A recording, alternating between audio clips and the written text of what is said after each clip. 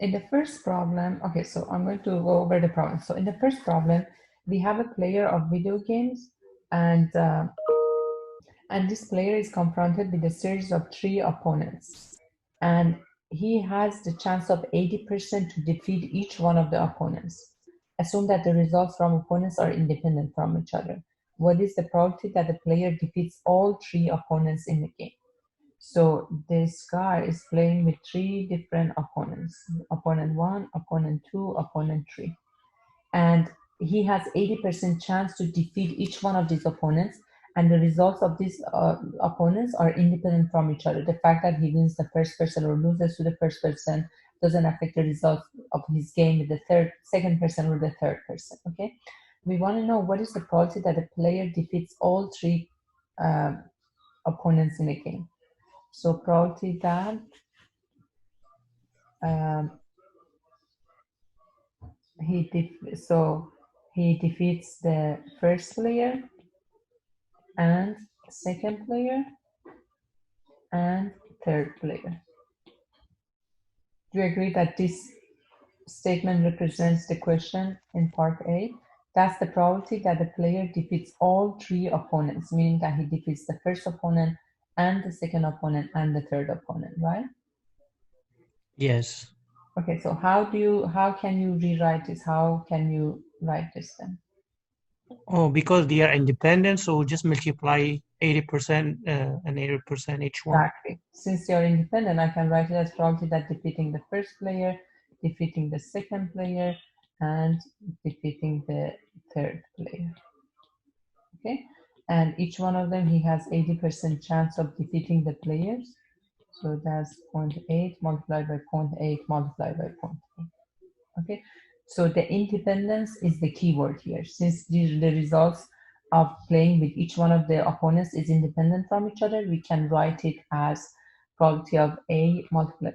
So this is as if probability of A and B and C equals to probability of A multiplied by probability of B multiplied by probability of C. Okay?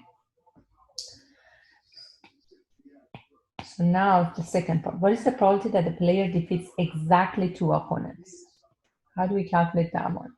So this is opponent 1, opponent 2, opponent 3. And we want to defeat exactly 2 opponents. Can you give me the scenarios in which he defeats exactly 2 opponents? Defeat the first one. Intersection, second 2. Defeat the second one. And how about the third one? Not defeat, right? Because we want to defeat exactly 2 opponents. Oh, that's good. Yep, you're right. So how about the other scenario? Defeat the first one, not defeat the second one, and defeat the third one, right? And is there any other scenario when he can defeat exactly 2 opponents? Does it No, matter? 3 scenarios? Yeah, so the third one is not defeating the first one, defeating the second one, and defeating the third one, right? Mm-hmm. So then we would say that this player would defeat exactly 2 opponents if the first scenario happens, or the second scenario happens, or the third scenario happens. Okay, so now what is the chance that the first scenario happens? The first one is defeated, the first one is defeated, the second one is defeated, the third one is not defeated. The first one is defeated, the second one is defeated. What is the chance that the third player is not defeated? 1 minus 0.8. 0.2. Mm-hmm. How about the second scenario? The first one is defeated, the second one is not defeated, the third one is defeated.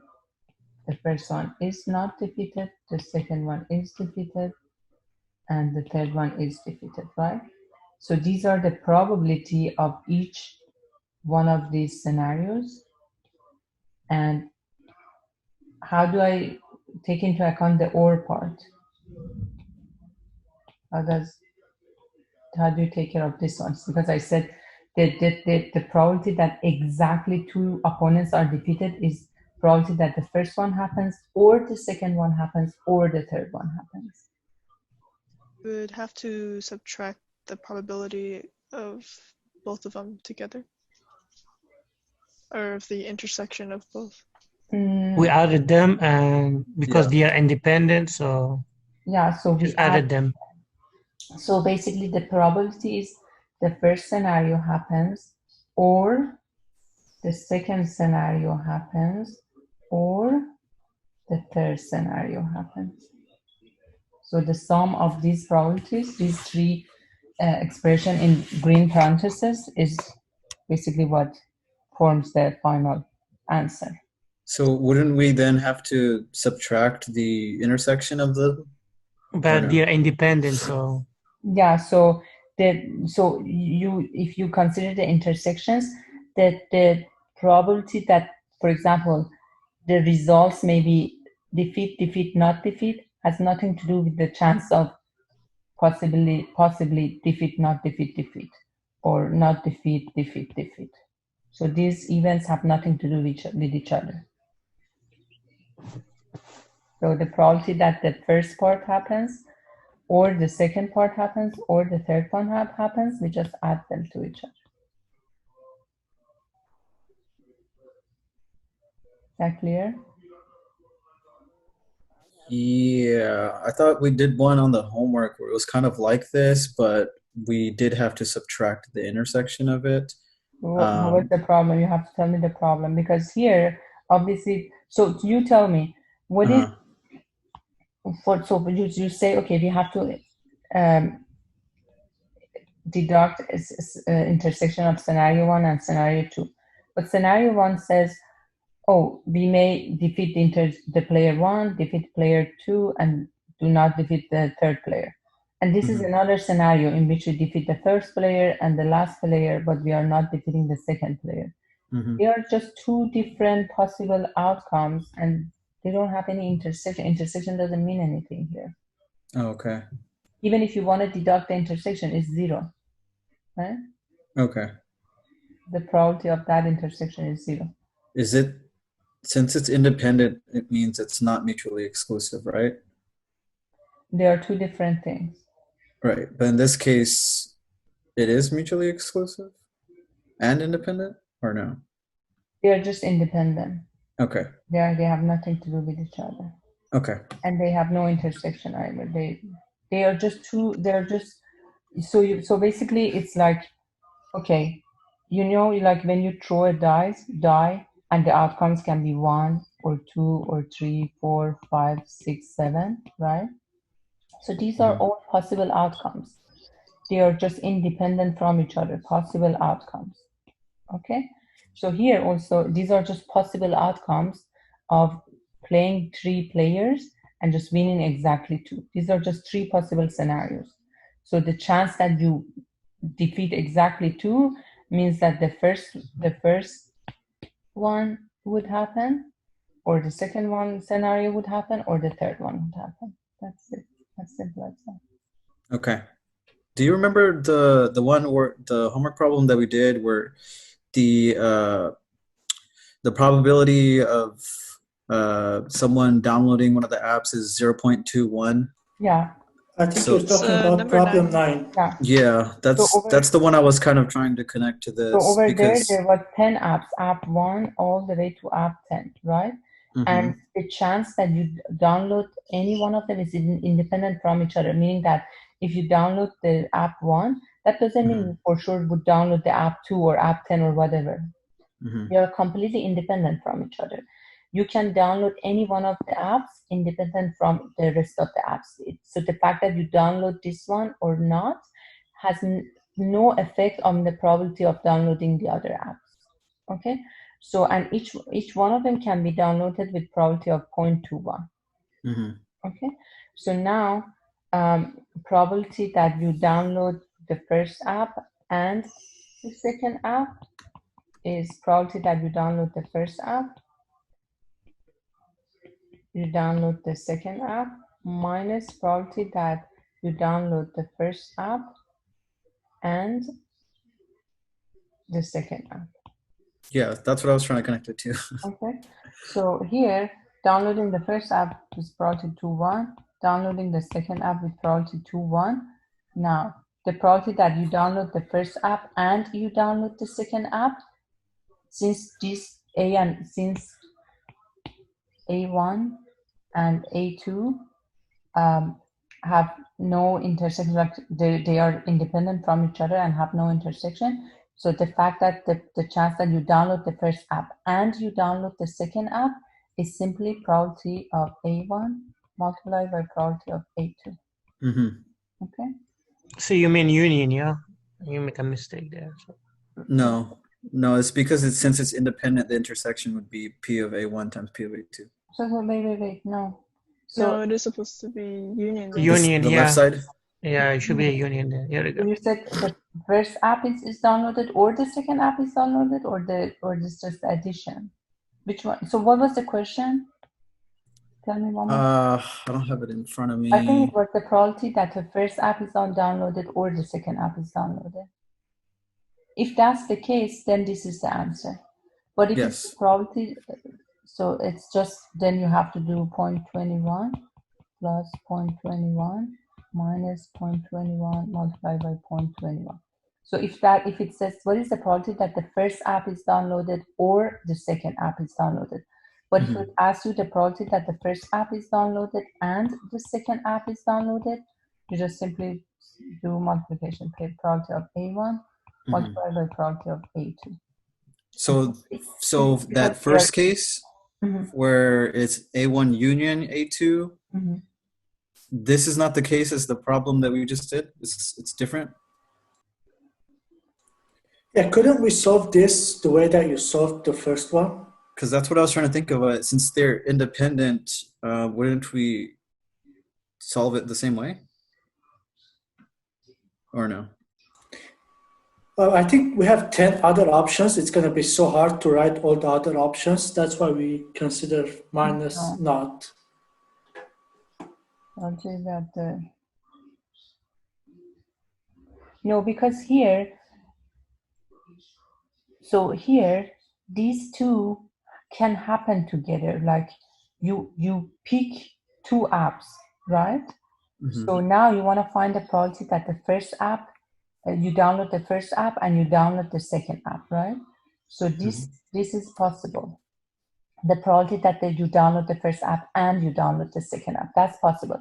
But here, I say you play with these three players, and what is the probability that two of the games you win two of them? Okay, so this happens, or this, or this. Okay, so when I say, and imagine I call this A, E, C. Okay, so basically, let me just erase this part to have some. So, I mean, if we did use it, we're saying there's no intersection of the three. So. No, just give me 1 second. So, okay. So here, if I want to write this, you say it's probability that A happens, plus probability that B happens, plus probability that C happens. So you say, what if minus probability that of A intersection B in intersection, meaning that A happens and B happens and C happens. But they all three cannot happen together at all, because when you play three players, this happens or this, right? Can you say that the first one happens and the second one? When you play with three players, at one of it, either you win the first two, you lose the third one, or you win the first one, you lose the second one, you win the third. It's impossible that this happens and this happens at the same time, because you are doing one thing. Okay, and the result of that one thing is either the first one or the second one or the third one. If you are taking one action, it cannot have three possible outcomes at the same time, right? It's like rolling a die. When you roll a die once, it's either 1 or 2 all the way to 6, one of them. But you can't have 1 and 2 together, because you roll a die once. It just shows one of the numbers. You know what I mean? Does that make sense? Yeah, but does it, my question is, does it make sense to, like, if we wanted to use the formula in this case of independent possibilities or probabilities, would we be able to say that the P of A intersection B intersection C is just 0, or Yeah. that doesn't make sense? They have no intersection because it's just impossible that both of them happen at the same time. Okay, thank you. So as if I have this A and B. So if A happens, B for sure doesn't happen. If B happens, A for sure doesn't happen. They have no intersection. And this is similar to this. If the first scenario happens, for sure the second one and the third one doesn't happen. There's no way. You just play 3 players once. So you get one of these results, one of these outcomes. These 3 scenarios cannot happen all together at once. You know what I mean? It's just, it was throwing me off a little bit because on one of the videos it was saying if it's not independent, if it's mutually exclusive, then it's not independent. And if it's independent, then it's not mutually exclusive. Let me just explain those 2 concepts. So here, imagine I have this sample space S, and here is A and B, right? Can we say A and B are mutually exclusive? Yes. Which means what? There's no intersection? A intersection B is empty set, right? So A and B are mutually exclusive. They have no intersection. However, look at the independence. I pick one element from this sample space and assume I know that sample is in B. Okay. What is the probability that the sample is in A? 0. So in this example, the fact that you knew that the sample is in B decreased the probability that the sample is in A, right? Assume I take a sample and I know it's not in B. Does that increase the probability that it's in A? Would that increase the probability that that part, if I know it's not in B, would that increase the probability that the part may be in A? Yes. Okay, so knowing the fact that your sample is in B or is not in B affect the probability of A happening or not. So A and B are not independent from each other. They have no intersection. They are mutually exclusive, but they are not independent. Why? Because knowing that one of them has happened or not definitely updates the probability of the other one. So mutually exclusive and independence are 2 different things. So 2 sets can be mutually exclusive and have no intersection, but they can be very well dependent, meaning that knowing the probability of one happening or not definitely affects the probability of the other one happening or not. Okay. Just try to understand the concept and you don't get confused. As long as probability of one affects the probability of the other one, they are not independent. It doesn't matter if they have intersection or no intersection. As long as knowing one happen or not does affect the other probability of the other one, they're not independent. Good. Yes. So for me, the way I look at it or the way I think about it most is that when I'm talking about independent and not independent, they're usually events from the same sample space, A and B. Okay, if they belong to the same sample space, then knowing one has happened or not definitely affects the other one happening or not. Okay, so if 2 events are from the same sample space, they're not independent. But usually for me, the scenarios when they are independent is when they, like, sometimes from different sample space. Like I tell you, what is the chance when I roll a die, what is the chance that the number is 1 if I know the weather is good? Like they have nothing to do with each other, as if they are from 2 different sample spaces. You know? So the fact that you know one of them happened or not has nothing to do with the other one. They are coming from 2 different sample spaces. But if they are coming, these events are coming from the same sample space, they definitely are not independent, because knowing that your event, your sample is not here definitely increases the probability that it's in A. So Professor, going back to the same example for this problem, because they're, or at least for part B, because they're from 3 different sample spaces, we know that it's dependent, right?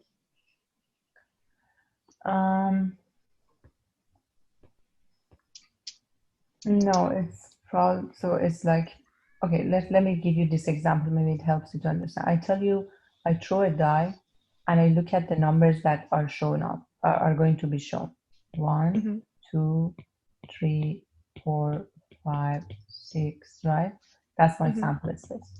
And I ask you, what is the probability that the number on the die, that I see on the die when I roll it, is 1 or 2? How do you write this? You're going to add 1/6 plus 1/6. Give me 1 second.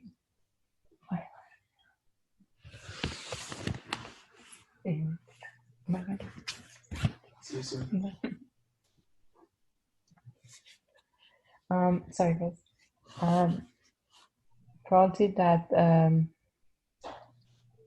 okay, so sorry, can you repeat one more time? How do you write this? What was the question? So okay, so I'm just giving you an example so that you understand this concept of intersection better. So I'm throwing a die and the number on the die is 1 or 2 or 3 or 5 or 4 or 5 or 6, right? So this is my sample space, the number that I see on the die. And I'm asking you this question. I'm throwing the die once. What is the probability that the number is 1 or 2? And obviously or is with union, right? 33%. So, okay, no, but how do you write it? Use formula. Addition. Probably the 1 plus probably the 2 plus the minus the intersection between 1 and 2. Probability that the number is 1 and 2. Okay, so what is probability of being 1? 1/6. Being 2? 1/6. Now I'm telling you, what is the chance that the number that I see on the die is 1 and 2? None. Because I'm throwing the die once. The fact that I see 1 and 2 is impossible. What problem is this? No, I'm just giving an example so that you guys understand what's happening on the top. So I'm throwing a die once, and this is my sample space. Okay? Now, I'm asking you what is the probability that I observe 1 or 2? It's probability of 1 plus 2 minus probability of 1 and 2. What is the probability that the number on the die that I throw only once is 1 and 2? Impossible. Impossible. So that's 0. And that's pretty much what happens here. Okay, so if you asked if we're going to throw it twice and we get 1 and 2, then we're going to multiply them together. That's a different problem. Yes, I know, but like in that case, we're going to multiply them. That's a different problem. I'll talk about that later. But here, this is exactly what happens. You play 3 games with these guys. This is 1 output. This is 1 output. And this is 1 output. The chance that this happens and this happens is 0. It's similar to the 1 and 2. The fact that you observe this, meaning that you win the first guy and the second guy and you get defeated by the third guy. If this happens, then you don't definitely see the second one, that you defeat the first guy and the third guy and you get defeated by the second guy, right? So it's impossible that these and these and these happen at the same time. So the fact that I say A and B and C is impossible because they are just outcomes of you playing with these 3 guys. So either this happens, or this happens, or this happens. That's it. They have no intersection. That's why I don't put any intersection here. Is that clear? Yeah, a little bit. Thank you, Professor. It's exactly similar to this example. The same reason that you say I throw a die once and I cannot see number 1 and 2 together, it's exactly like this. You play with three guys, you see one of these outcomes. They cannot happen together. It's like in a specific day, I either go somewhere or I do not go somewhere. Both of them cannot happen. Okay. You explained it very well, but I'm pretty sure some of us are going to make the same mistake anyway. No, so that's why a lot of these probability rules are more like intuition. I don't say they are intuition, but I would say if you also use intuition and understand them, that also helps a lot. Don't stick to the formulas. So try to understand what is going on. Yeah, I just try to use the formula kind of as like a check, just in case. Yeah, definitely that one is good and important, and that's always the safest way. But also I want you guys to understand the concepts, because that helps you like a double check for what is going on. Okay, let's go to the second problem. It's already half an hour. Okay, computer keyboards failure are due to electrical connects or mechanical defects. Mechanical defects have two types: loose key or improper assembly. Electrical connects are due to defective wires, improper connections, or poorly welded wires. Find the probability that a failure is due to loose key. Probability that the failure is due to loose key. I show it by LK. How do you write it? So those are usually when you see only probability of one thing. That's usually the total probability rule. So how do you write this? How do you calculate this?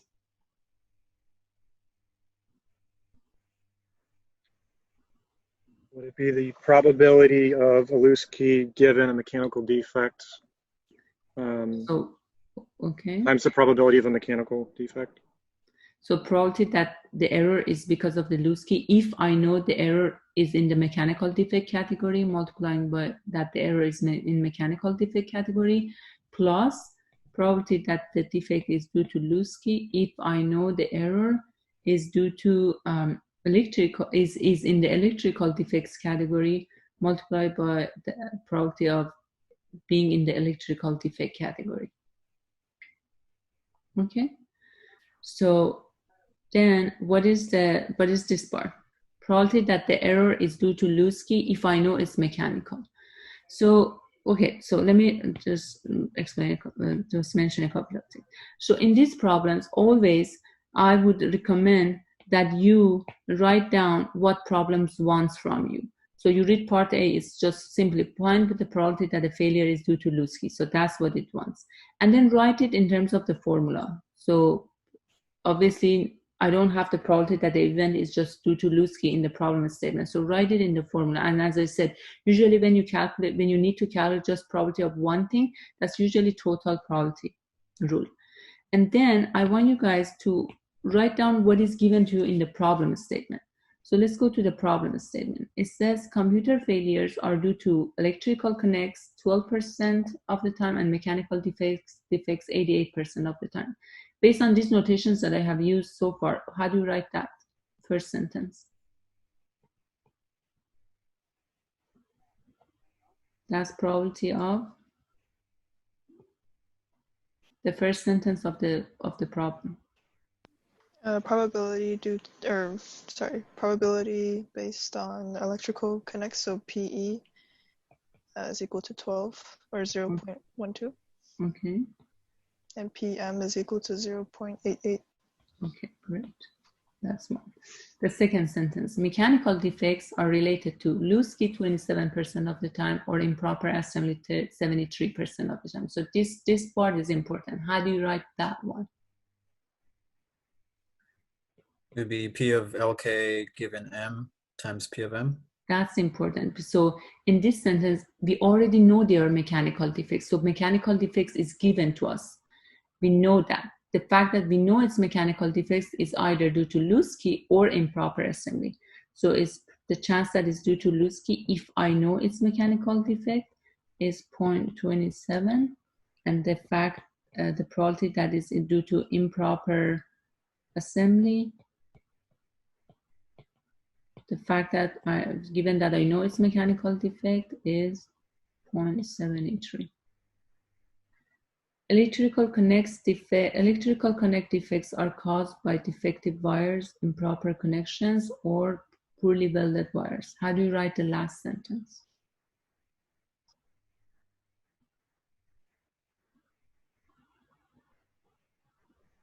Probability of poorly welded wires given an electrical. Yeah, so in the last sentence, the things you know for sure is that it's electrical defects. Those electrical defects are caused by either defective wires, improper connections, or poorly welded wires. So the part that we know for sure is that they are electrical defects, and they are related to poorly welded wire 52% of the time, improper connections if they are electrical, that's 13% of the time, or sorry, the first one was defective wire, and then welded wire if they are electrical, that's 52%.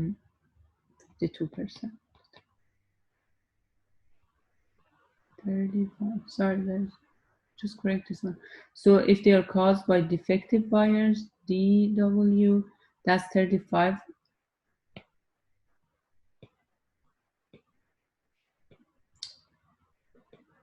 What?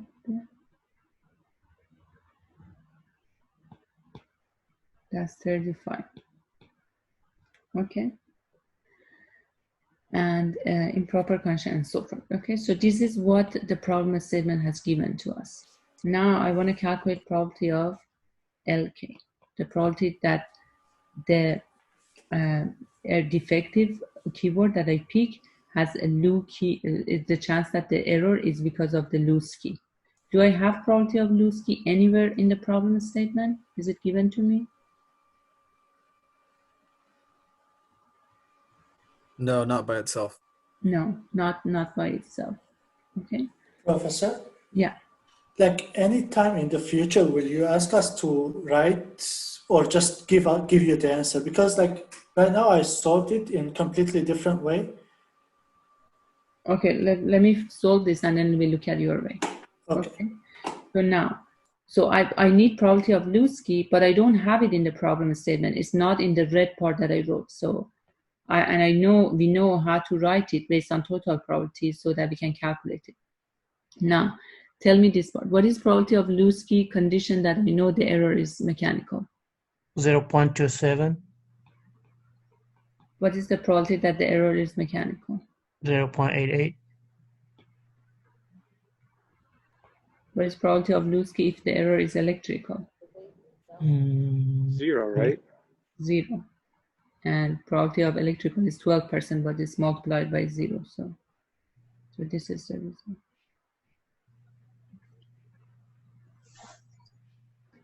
Okay, do you want to tell me how did you solve it?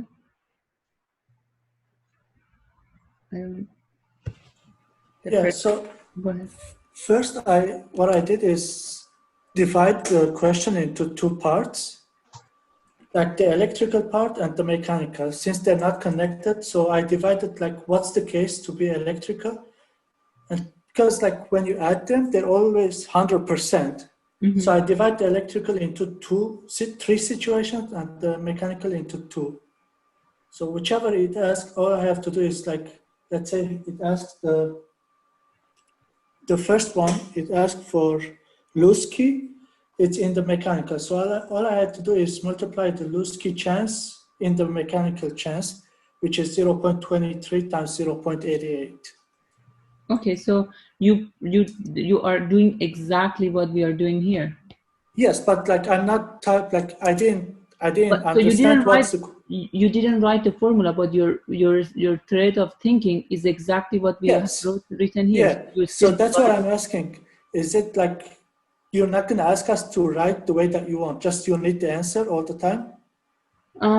I prefer that you guys use the formula because if the problem is a little complex or so, this is always the method that can guarantee you the answer. So I prefer to use the formula, and then you can just write down the answer. Okay. So I don't want to see just one number in your answer for the final. So, I mean, it depends. If I, for example, I think our final will be multiple choice. In that scenario, as long as you get the number, it's fine. If the final was written, then yeah, I would want to see the formula. But the final would be multiple choice. So you as long as you calculate the right answer, you're fine. But I would recommend to stick to the formula because that method can guarantee you get the right answer. And as I said, this method, this formula is exactly what you are thinking. It's dividing it into mechanical and electrical and so forth. But so just write it down. That's always safest method. Okay. Okay. Good. So let's go to the what is the probability that the failure is due to improperly connected or poorly welded wires? The probability that the failure is due to improperly connected or poorly welded wire. WW. So we write it as probability of improperly connected plus probability of welded wire minus probability of improperly connected and welded wire. Okay, so let's find this. What is the chance that the error is due to improperly connected? So let's find this. I'm going to find this one first. P of IC. How do you calculate this one? Do I have P of IC directly in the problem statement? No, we can find it from What is the formula?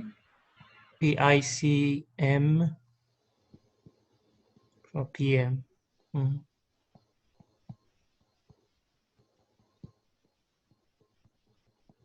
P of IC condition on M is, they have this. 0. So the first part is 0 plus P of IC condition on E. 0.13. 0.13 and probability of E 0.12. And 0.12. Okay. Now I'm going to calculate the second probability. This one. The probability of error is due to welded wire. This probability of welded wire if the error is electrical multiplied by probability of electrical plus probability that the error is because of welded wire if the error is mechanical multiply that of probability of it mechanical. Error is due to welded wire if it's electrical.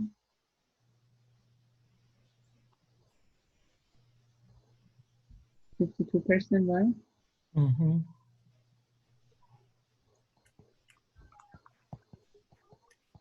And what percent is electrical? 12%. Plus, what is the probability that the error is because of welded wire if it's mechanical? 0. 0. Okay, so that's the second statement.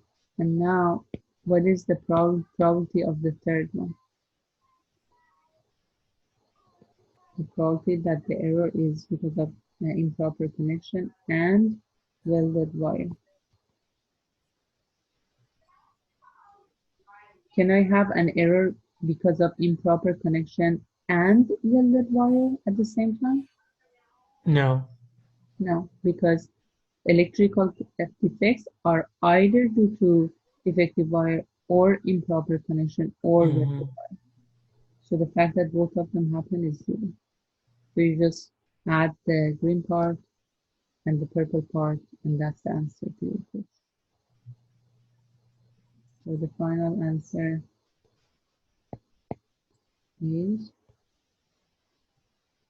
0.13 multiplied by 0.12 plus 0.52. Okay. What is the probability that the failure is electrical and related to poorly welded wire? Probability that the error is electrical and related to poorly welded wire. How do you write this one?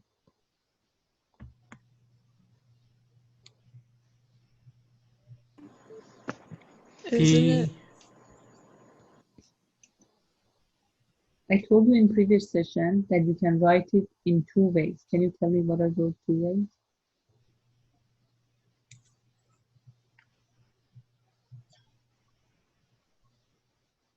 PW W intersection, yeah, that's one. E. Didn't we solve already for this one? This is part C. No, this one is I, this one is E. Is that what you asked? Yeah, but didn't we solve it in part B, part of part B?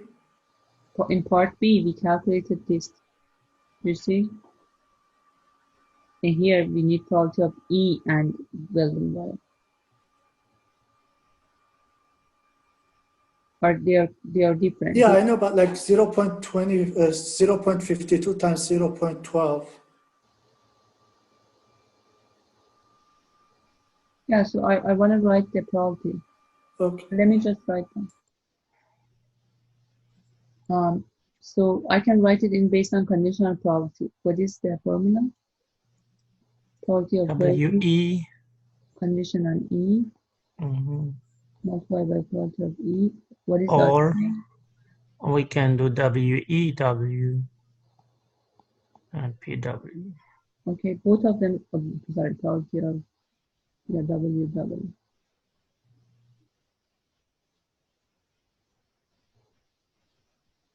Okay, both of them are correct. Which one would you pick? The first one, Because we have the information given us. the information is given to you in the problem. Here I have this, and here I have this. So I have the two components that I need. Okay. So probability of the error is because of welding wire, given that it's electrical, is 52%. And probability that it's electrical is 0.12%. Okay, so you can write it in both these ways, but you pick the one for which you have these probabilities in the problem statement. I have this one in problem statement, I have this part in problem statement, but I do not have this one and I do not have this one in the problem statement, so I'm not going to pick the second one. Good.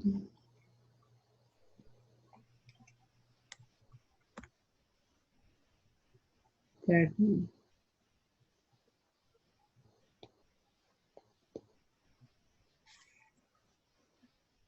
A batch of 500 containers of oranges contains 5 that are defective. 3 are selected at random with replacement. What is the probability that the first 2 selected are defective? Meaning that probability that the first selection is defective and the second selection is defective. How do you write this? What are the 2 ways I can write this? Tell me that.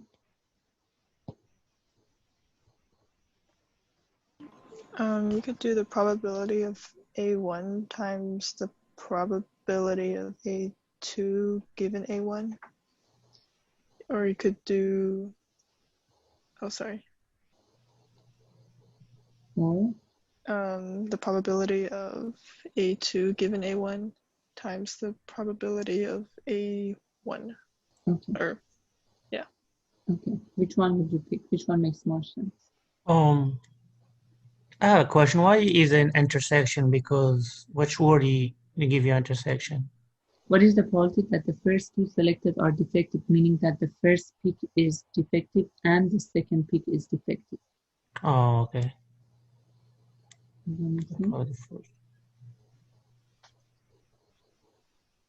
Does that make sense?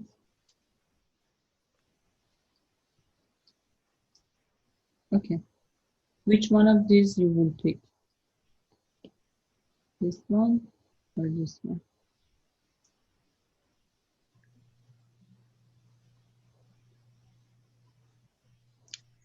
It doesn't matter which one I think, but I would probably go with the first one.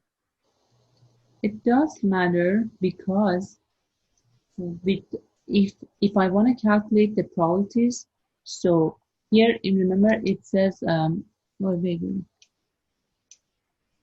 oh yeah, they are with replacement, sorry. They are with replacement, so it doesn't matter. Since they are with replacement, they are independent from each other. First of all, the first two are defective. So you say without replacement is independent, yeah? Yeah. No, so with replacement, they are independent. So it says okay. these three are selected at random with, sorry, it says without, sorry, my bad, guys. Without replacement. Yeah, it says in the problem statement without replacement, meaning that you pick the first one, no matter it's defective or not, you keep it, and then you pick the second one. Oh, yeah, so I would say the second option. Okay, so if that's the case, then if you want to calculate the probability of the second one being defective, then you definitely should know what has happened to the first one, right? Mm-hmm.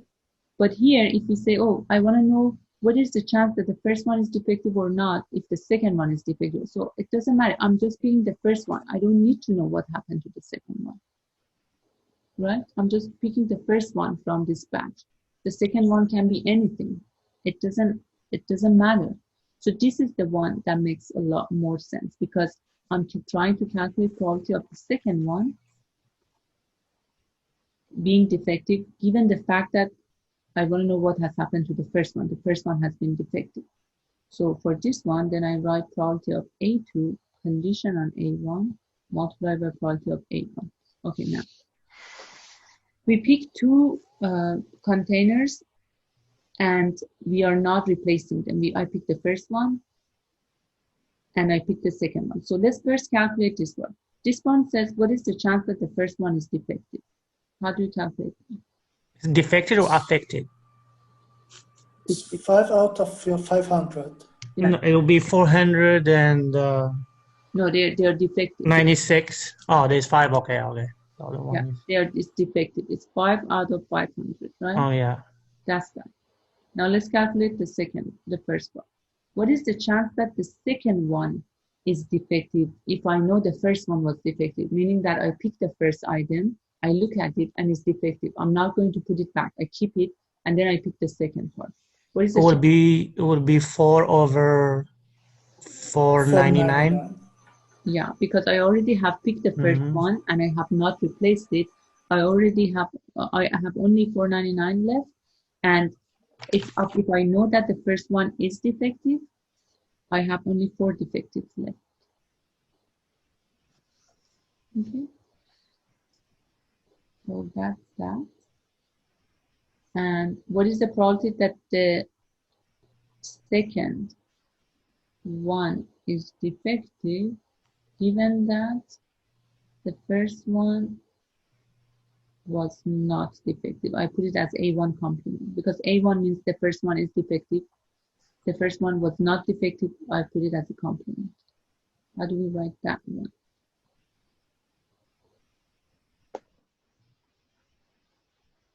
Will be 496 over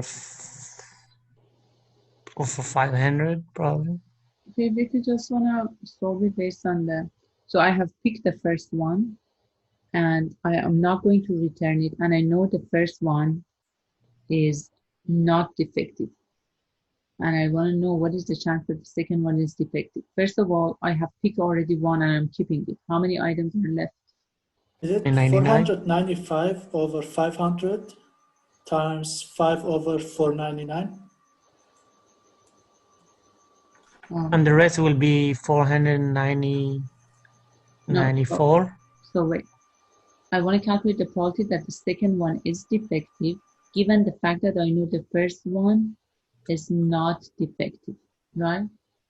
I pick the first item, I look at it, it's not defective. I keep it, I don't return it, I keep it. Now I pick the second item, okay?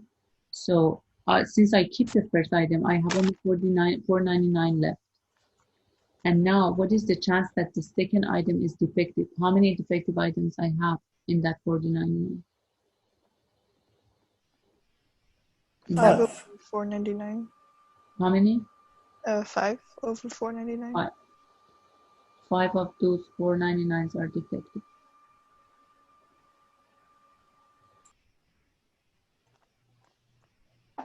I thought this basically based on the like intuition of what is happening here. Okay, Professor? Yeah. I had the same problem with number 4 in the homework. Why here we're not multiplying, like we're not assuming we picked the first one and it was clear. Like why we're not multiplying this times 495 over 500? Because that one we will do, if I ask you what is, so here, I already gave you these pieces of information. I'm not, okay, so you know this for sure, you know this part. Okay, so knowing that changes the size of your sample space and the size of possible defective items that you can pick from. Okay. If I ask you what is the probability that the second item is defective and the first one is not defective. Isn't that what it's asking?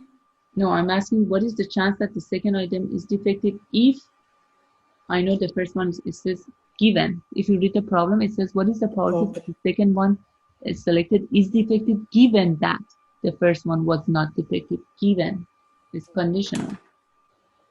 Okay. If in this one that you say, I ask what is the probability that the second one is defective and the first one is not defective.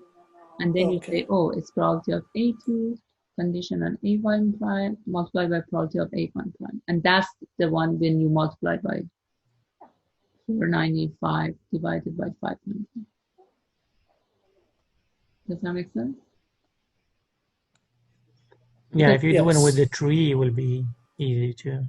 Because in this one, so what is the chance that the second one is defective? So that's 5 over 499 multiplied by probability that the first one is not defective, 495. 995 over 500. Yeah, so that's the one that you said, right? So that's for this question. Yes. But for this one, I already know this part. This is for sure given to me. I don't need to multiply it by any probability anymore. Okay. Does that make sense?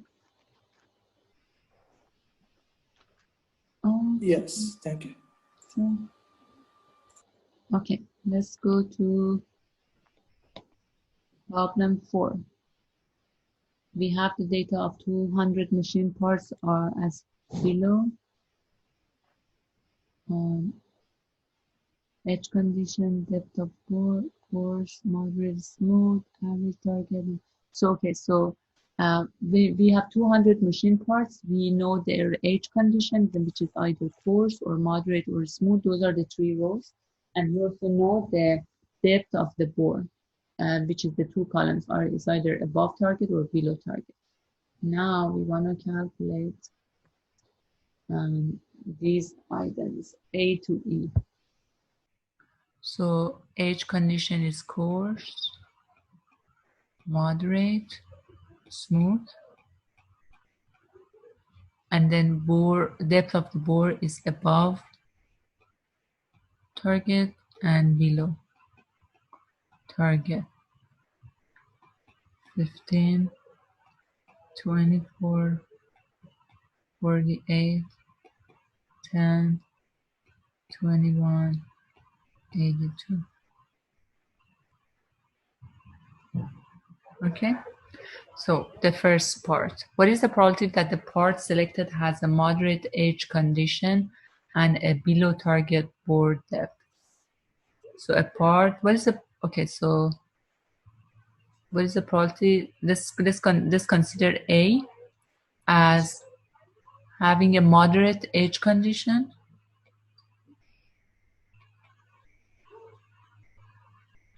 and B as below target Bohr. So tell me which row or column shows the parts that belong to event A, moderate edge condition.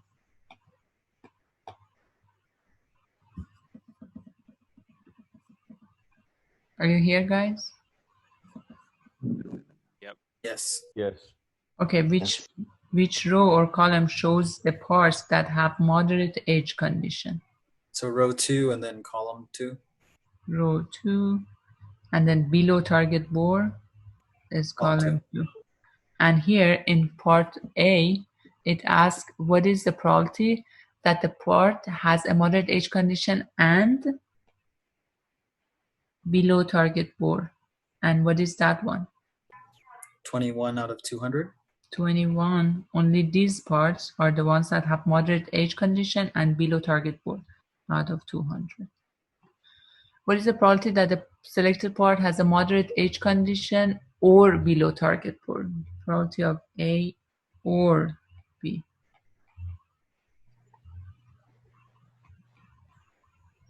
Write the formula. Okay, what is probability of A that the part has moderate edge condition? 45 out of 200. 45. This row. 45 45 out of over 200 what is and 113. the B is the last column. 113 is that the one?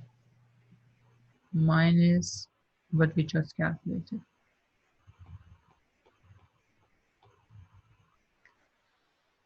What is the probability that the part selected does not have a moderate edge condition? A complement. Or does not have a below target Bohr. Or B complement. That's probability of A complement plus probability of B complement minus probability of A complement and B complement. That's just a formula, right? What is probability of A complement? Row 1 and row 3. Yeah, or simply you can say 1 minus, or like 100 minus 45. exactly. Oh, 200 minus 45. 1 minus this thing, which is how many? 155 out of 200. 5 out of 200 plus probability of B complement is 1 minus this, which is 87 out of 200. minus probability of A complement and B complement. Wait, So how did you get 115 again? 155 here. Yeah, 155 over 200. So if I want to calculate based on what I have here, A complement is 1 minus probability of A, right? Oh, okay. Probability of A just I calculated here. And if I want to get it from the table, A complement means the first row and the third row because A is the second row. Complement means everything in the first row and the third row. And that's 155. Okay? Okay. Thank you. Sure. Probability of A complement and B complement. So A complement, we just said, is first row and the third row. B complement is the first column. So what is there? So it'll be 15 plus 48. Exactly. 63. 15 and 48 are the only ones that are in B complement and A complement, which is these two together are A complement. So 15 and 48 are the only two. And that's how much you said? 63. 63. Okay. What is the probability that the part D. What is the probability that the part has a smooth edge condition given that it has above target bore depth? So a part has smooth edge given that it has above target bore. So the part, you already know this part. It has above target bore. Is where? Which row or column? Column 1. The left column, yeah. Yeah, it's the first column. It's this column. It's above target bore. If I know this has happened for sure, it's conditional on that this has happened. What is the chance that the part has a smooth edge? Smooth edge. So it'd 48. be 48 out of 63. 48 out of this one. 80 out of 87, I think. Oh, yeah. Sorry. 87. Yeah, so these are the only parts I'm going to look at above target bore. Out of those, how many of them have a smooth edge? Only 48 of them. You said 48 out of? What was 87. 87. Okay. Now let's also calculate this using the formula. Okay. Just so, Professor, can we, after this, can we go over C on the board and like show us what is part C? like, yes, like other than the formula, Okay. how we can think without the formula. Okay, sure. Okay, and now for this problem, I'm going to also to solve with the formula. So probability of smooth edge and above target bore over probability of above target bore. Okay, tell me. What is the probability that the part has a smooth edge and above target bore? Smooth edge and above target bore. I pick a part, what is the chance that it has a smooth edge and above target bore? How many parts have that condition? 48 out of 200. 48 out of 200. What is the probability that the part has above target bore? 87 over 200. Above target bore. 87 out of 200. And that's 48 out of 87. And that's the exact thing we got here. It's just that the formula is always safe. But I always also recommend knowing this and the intuition and the condition, because I personally, if you give me a table like this, I always use this method to find the answer. But formula is always a safe way. And for C, I figured it out. Okay. So thank you. No worries. Okay, so part E, what is the probability that the part has below target bore depth given that it does not have moderate edge? A part has below target bore edge given that no moderate edge. Okay, let's do it first like intuitively. I know the part has no moderate edge. If it does not have a moderate edge, where does it fall? Be 15 plus 10 plus 48 plus 82. Okay, so it falls in row 1 and row 3. I know it does not have a moderate edge. Okay, so this is my edge. So it does not have a moderate edge. So it's either row 1, meaning it's coarse edge, or smooth edge. Okay. So 155. Give me 1 second. So if it does not have a moderate edge, it's definitely either in row 1 or row 3. What is the chance that the part has below target bore depth? Below target. So I'm in row 1 and I'm in row 3. What is the chance that the part has below target bore? 10 and 82. This one, 10 and 82. So 10 and 82 out of how many? 155. I know I'm here, right? In the first row or the third row? 92 over I have to add 155. 15, 10, 48, 82, 15, 10, 155. 48, 82, whatever it is. 92 over 55. 54. Okay, that's that. Any question? Okay. Last, let me just make sure we're recording. Next, it's question 5. Professor, can you scoot up? I couldn't get the last part of it. Thank you. Sure. I'll try to post this. I'll post the video for sure. I'm recording the class, but I'll also try to post the note. Okay, the last question. For 300 randomly chosen roads that have gone through earthquake, here in this table we have the magnitude of the disaster in the rows, which is earthquake is low or moderate or high level. And then in the columns, we have the level of debris that we have seen on the roads. Light debris, moderate debris, and heavy debris. Okay, so now we want to see which one. This is same thing as this last one, right? Yeah. Let me see.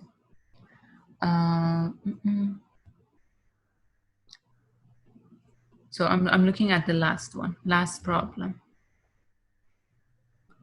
So in that table, I have the level of disaster of these earthquakes. Low, moderate, or high. And then I also have the level of debris. Light,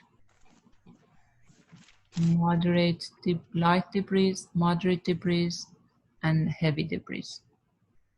And out of 300 randomly chosen roads, 80 of them fall here, 50 here, 30 here, 15, 40, 50, 5, 10, and 20. What is the probability that the randomly selected road is under heavy debris? Under heavy debris, given that the earthquake is either moderate or high. Do you agree that what I wrote here represents the question, part A? What is the probability that the randomly selected road is under heavy debris, given that the earthquake level is either moderate or high? Do you agree? Okay. Let's now see how we can solve this. So consider this as just one event. Let's call it A or whatever. So I'm just going to write the definition of conditional probability. It's probability of HD and the second one, which is M union H, divided by probability of M union H. Do you agree? That's just the definition of conditional probability, right? So I just considered the M union H as A. So HD and A divided by probability of A. Good. Now, we had this rule in, I think, probably one of the first 2-3 videos of module 1. This is the, you tell me this one. So let's work on this one and then I could get back to the problem. If you're talking about distribution? Yeah, so if you have A and B union C, how can you write this? A intersection B union A intersection C. Exactly. So as if you get this part and I apply it to the first one, union, and then you apply it to the second one. Okay, A intersection B, union, A intersection C. If you had something like this, for example, A union B intersection C, how would you write that?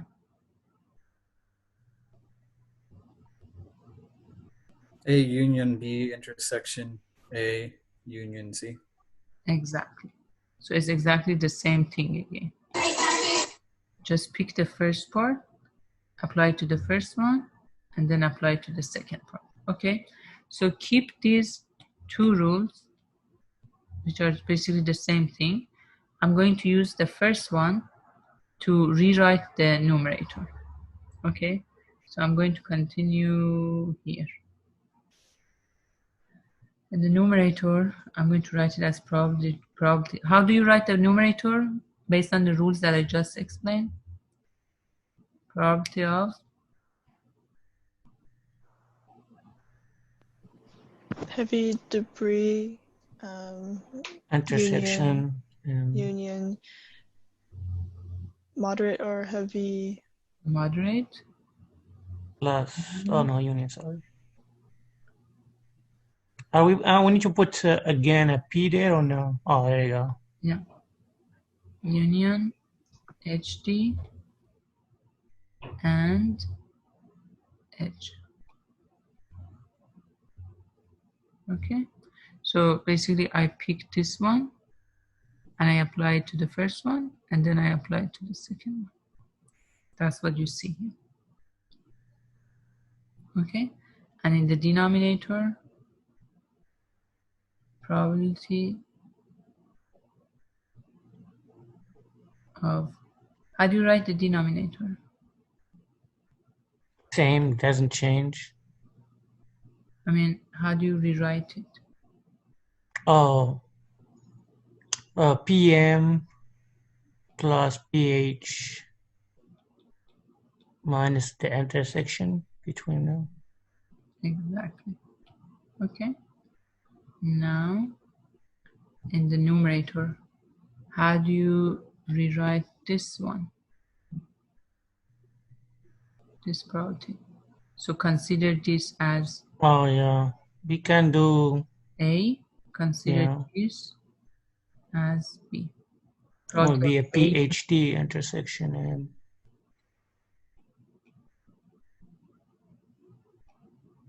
plus.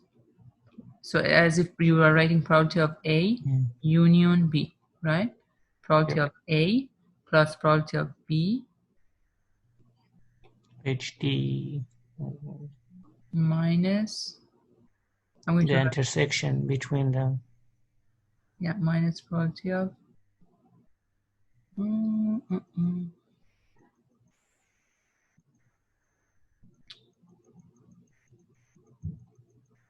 please. Okay. I'm going to write it here at the bottom so that I have more space. Minus probability of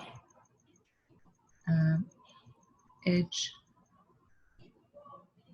D, and M, and H, D, and H.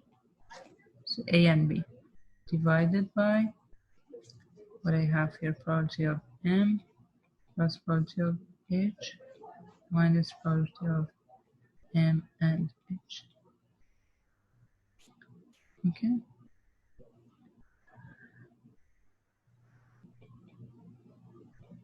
Professor, so none of these events, moderate or high, they're not independent from each other? Yeah, we will get to, let's do the calculations one by one and then we'll see what do we have and what we do not have. Okay, so let's do this. Probability of high debris and moderate earthquake, high debris and moderate earthquake, moderate earthquake and high debris. How many? 10. Exactly. 10 out of 300 plus high debris and high level earthquake. High debris 20. and high level. 20 over 300. 20 out of 300 minus probability that it's high debris and moderate, and high debris and this is high. High debris and moderate, and high debris and high. Can it happen?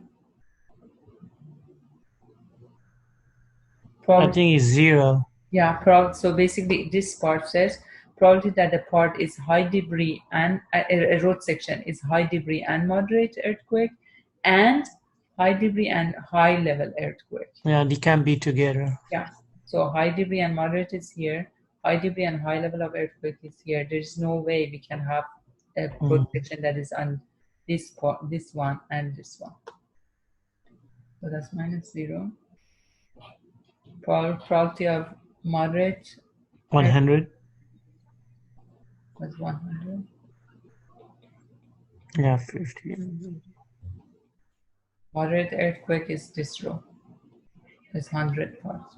And then high earthquake is this row. 100. And H is 0. Minus probability that the earthquake is moderate and high, which is again impossible. Yeah. Which is So 30 over 200. Professor, is this part A or part B? Do I have part B? I do not have part. So for question 5, I only have part A. I only have one part. Mm-hmm.